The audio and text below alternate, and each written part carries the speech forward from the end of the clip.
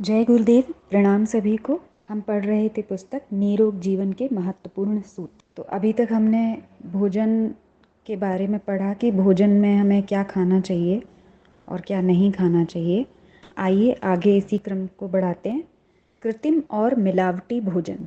इस बात को प्रायः सभी समझते हैं कि ताज़ा बिना किसी भी मिलावट का और सादा खाना स्वास्थ्य को ठीक रखता है। फिर भी अधिकांश व्यक्ति आदत और चटोरेपन के वशीभूत होकर कृत्रिम खाद्य पदार्थों का उपयोग करते हैं। उदाहरणार्थ सभी जानते हैं कि आम, मिर्च आदि के अचार जो प्रायः 4, 6 या 8 महीने पुराने खाए जाते हैं और जिनमें मिर्च, मसाले और तेल की भरमार रहती है, स्वास्थ्य के लिए हितकर नहीं होते।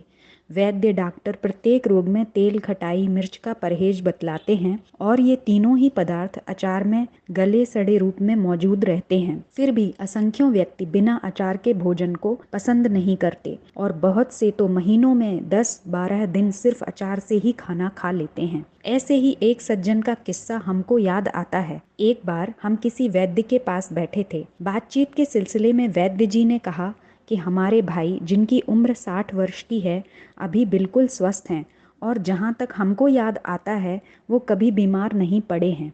इसका कारण बताते हुए उन्होंने कहा कि वे सादा रोटी और मूंग की दाल या घिया तोरई आदि जैसा कोई साग ही खाते हैं और हमेशा दालान आदि में छाया में सोते हैं। इस बात को सुनकर एक सुनने वाला बोल उठा, वैद्य जी, आप तो उनको स्वस्थ कहते हैं, पर हमारी समझ में तो वे सबसे ज्यादा बीमार रहने वाले आदमी हैं। जब वे सदा बीमारों को पथ्य में दिया जाने वाला भोजन करते हैं और उसी तरह ठंडी गर्मी से बचकर रहते हैं तो उनको बीमार नहीं तो क्या कहा जाए। डिब्बों में बंद भोजन की खराबियाँ। आजकल बड़े कहलाने वाले लोगों में विदेशियों की नकल करके डिब्बों में बंद आहार का प्रचार बढ़ता जाता है। तरह तरह के फल और तरकारी विशेष रूप से तैयार करके डिब्बों में बंद कर दिए जाते हैं और महीनों बाद तक काम में लाए जाते हैं। इस तरह के सब पदार्थ चाहे देखने में सुंदर और जायकेदार मालूम हो, पर उनमें लाभ कुछ भी नहीं होता।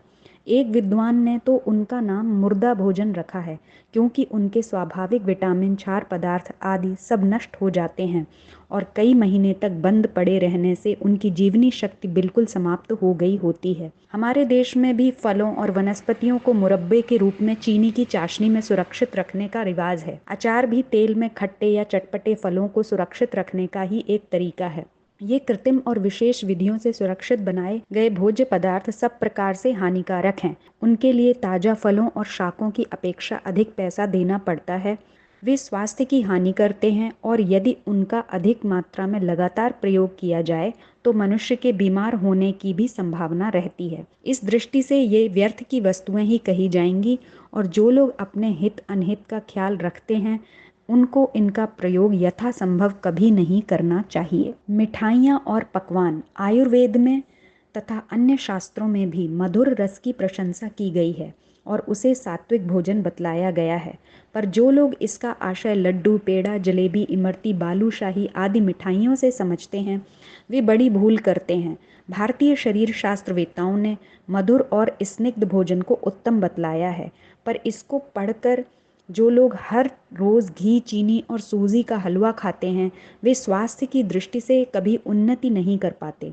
मधुर रस का अर्थ अनाज, दूध और फलों में पाई जाने वाली उस शर्करा से है जो उनमें प्राकृतिक रूप से विद्यमान रहती है।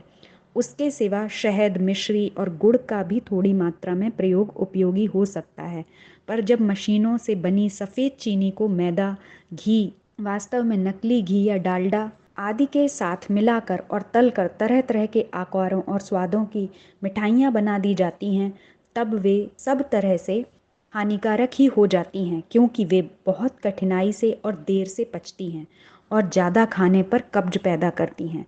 वर्तमान समय की खोजों के अनुसार सफ़ेद चीनी को जहर कहा गया है।